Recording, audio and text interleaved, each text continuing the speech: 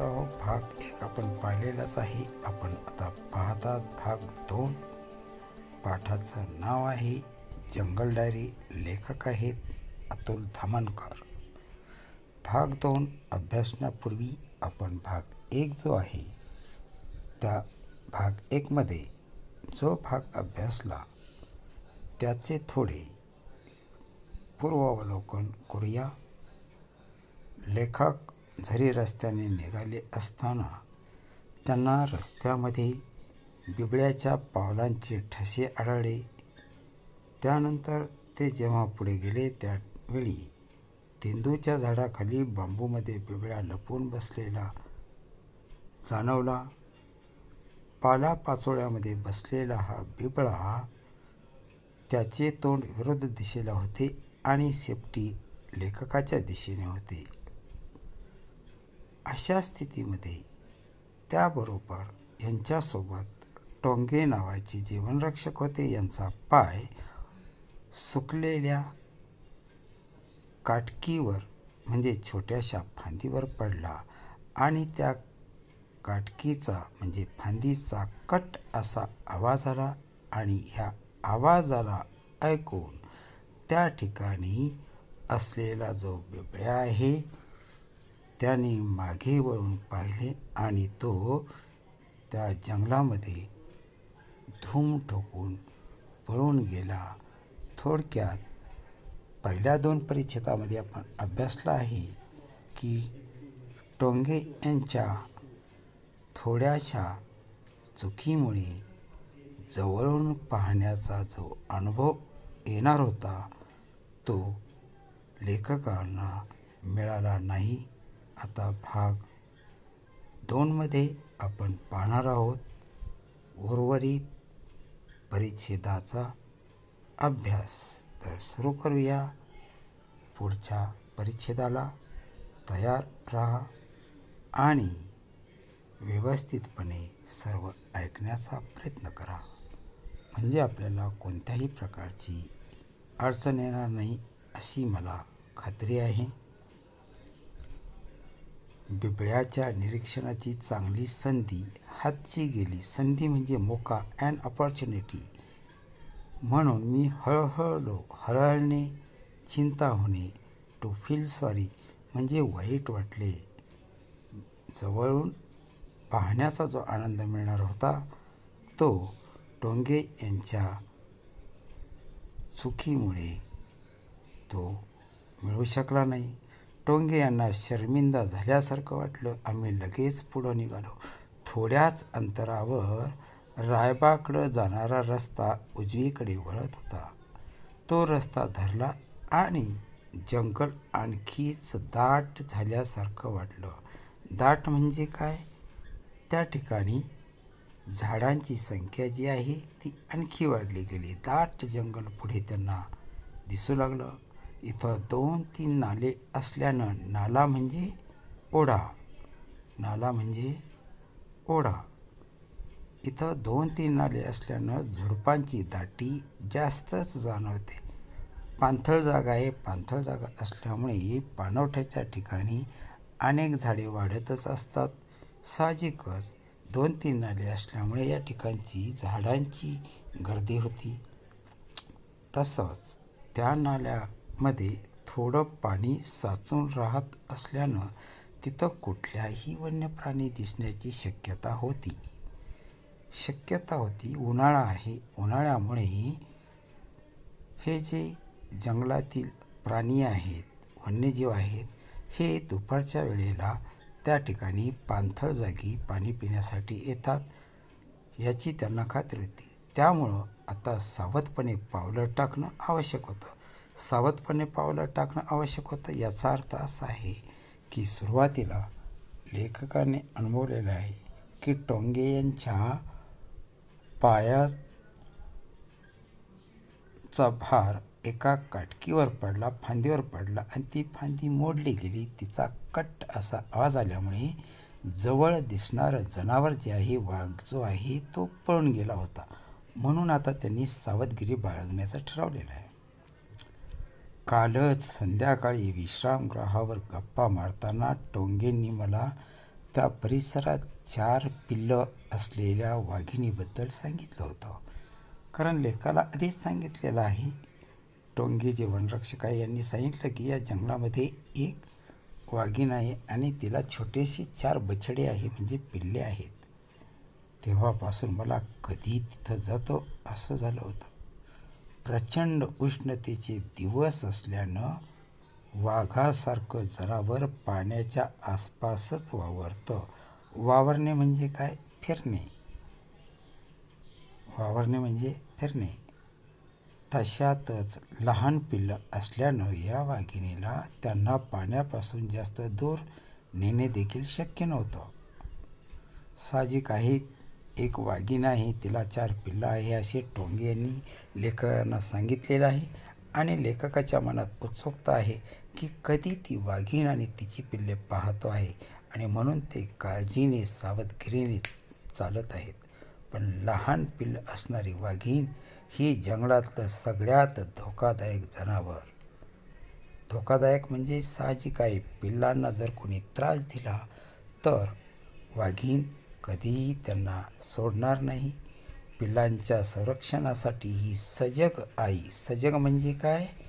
जागरूक असणारी, कुणाचा जीव देखील घ्यायला मागं पुढं बघत नाही. त्यामुळं सुकलेल्या नाल्यात म्हणजे ओढा, सर्वच नाल्यांना म्हणजे ओढ्यांना उन्हाळ्यात पाणी असतं असं नाही, थोडे थोडे पाणी असते. ते संपुष्टातही आलेलं असतं. असे कोरडे नाले त्या ठिकाणी होते. त्यामुळे सुकलेल्या नाल्यात उतरताना माझ्या मनावर एक अनामिक दडपण आलं होतं. 10-12 पावलंच चाललो असू मला नाल्यातील ओलसर चिखलात मांजरापेक्षा मोठ्या, या ठिकाणी लक्षात घ्या, 10-12 पावलं लेखक चालले आणि नाल्यातील ओलसर जागेमध्ये, चिखलामध्ये मांजरापेक्षा मोठ्या आकाराची अनेक पावलं उमटलेली दिसली.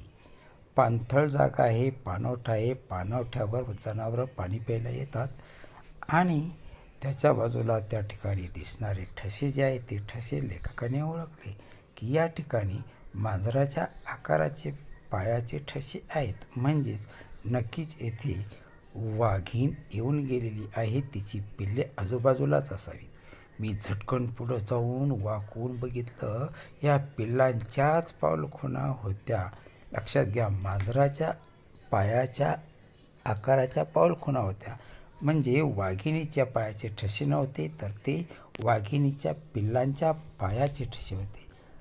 त्या पगमार्ककडं, पगमार्क पाऊलखुणा, पगमार्क म्हणजे काय? पाऊलखुणा म्हणजे छोटे पाऊल जे होते ते वाघिणीच्या पिल्लांचे आहे हे लक्षात आलेलं आहे की ते काल रात्रीचेच आहेत, याचा अर्थ स्पष्ट होता.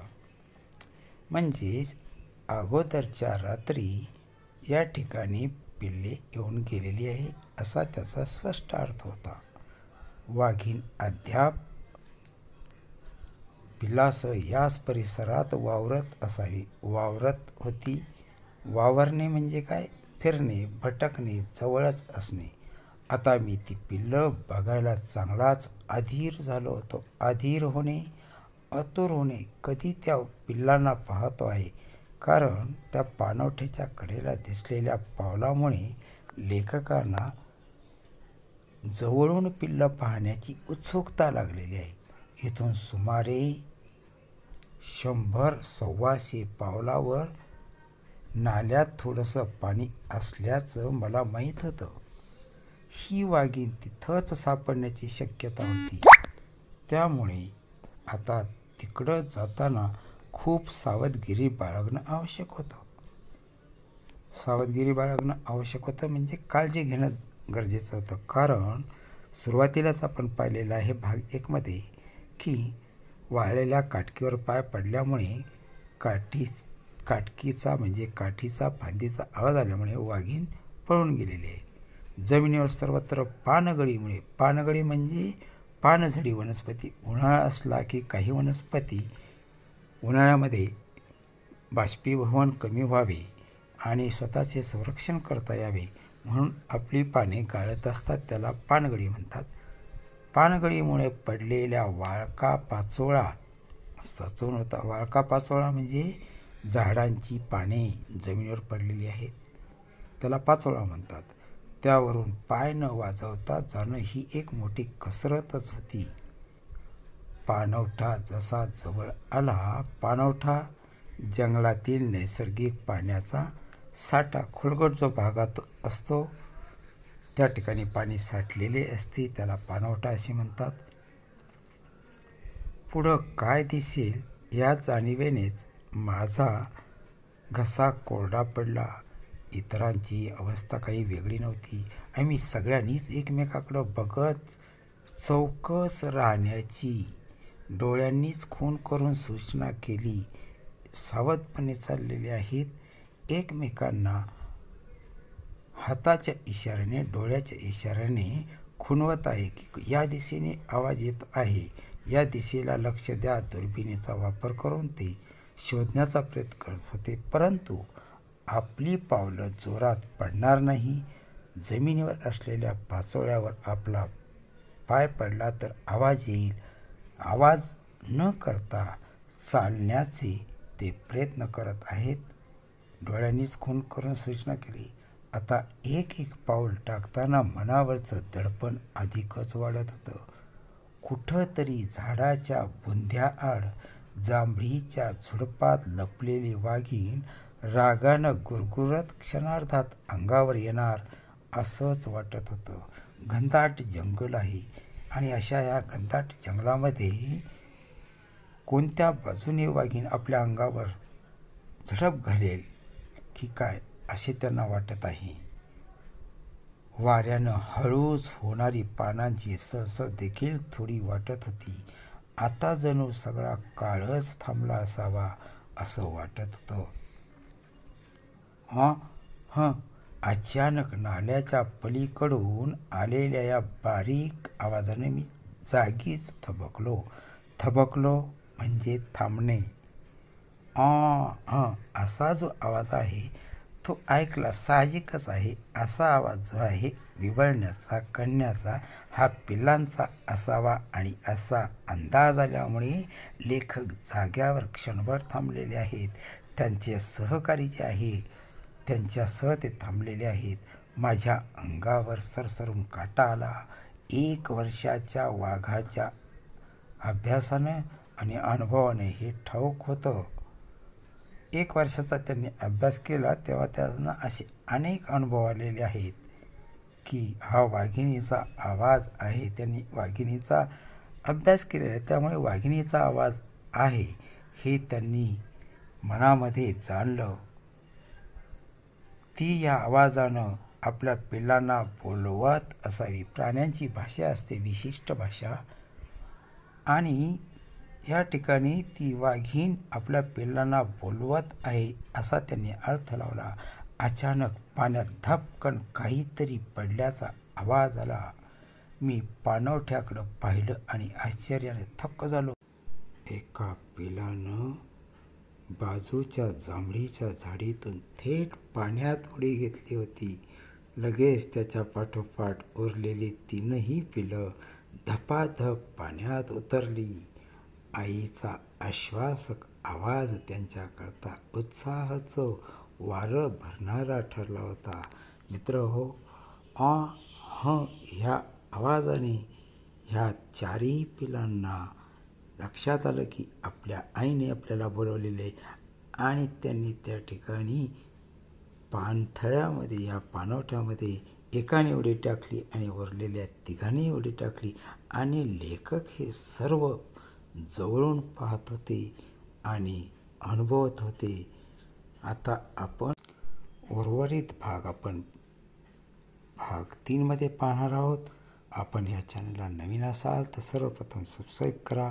लवकरच भाग 3 आपल्यासाठी उपलब्ध होईल. धन्यवाद.